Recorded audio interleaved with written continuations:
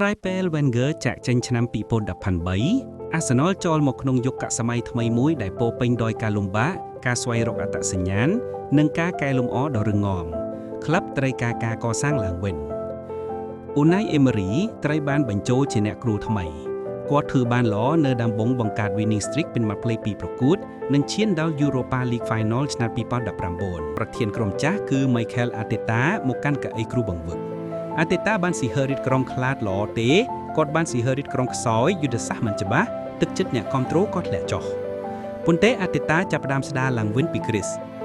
វិន័យការលេង build up high pressing និងទស្សនៈស្ដីពីពុកមាត់ថ្មីនិងក្រុមក្មេងៗនៅឆ្នាំទី1គាត់បានឈ្នះ FA Cup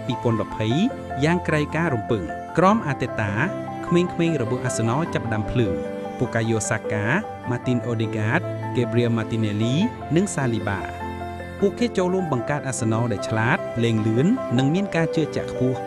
Arsenal ក្លាយជាក្រុមមានសមត្ថភាពសម្រាប់ប្រកួតពាន EPL Arsenal បានបង្ហាញថាក្រុមបានត្រឡប់មកវិញមានទស្សនៈនិងមានបុគ្គលិកក្មេងដែលនឹងក្លាយជាអនាគតរបស់ Premier League ពី Invincibles ទៅ Arteta Era Arsenal ជាក្លឹបដែលបានធ្លាក់និងឡើងវិញដោយកម្លាំងនៃវប្បធម៌ការអន់ណត់និងក្រុមក្មេងៗដែលពោរពេញដោយអនាគតនេះគឺជាប្រវត្តិក្លឹប Arsenal ក្លឹបដែលមិន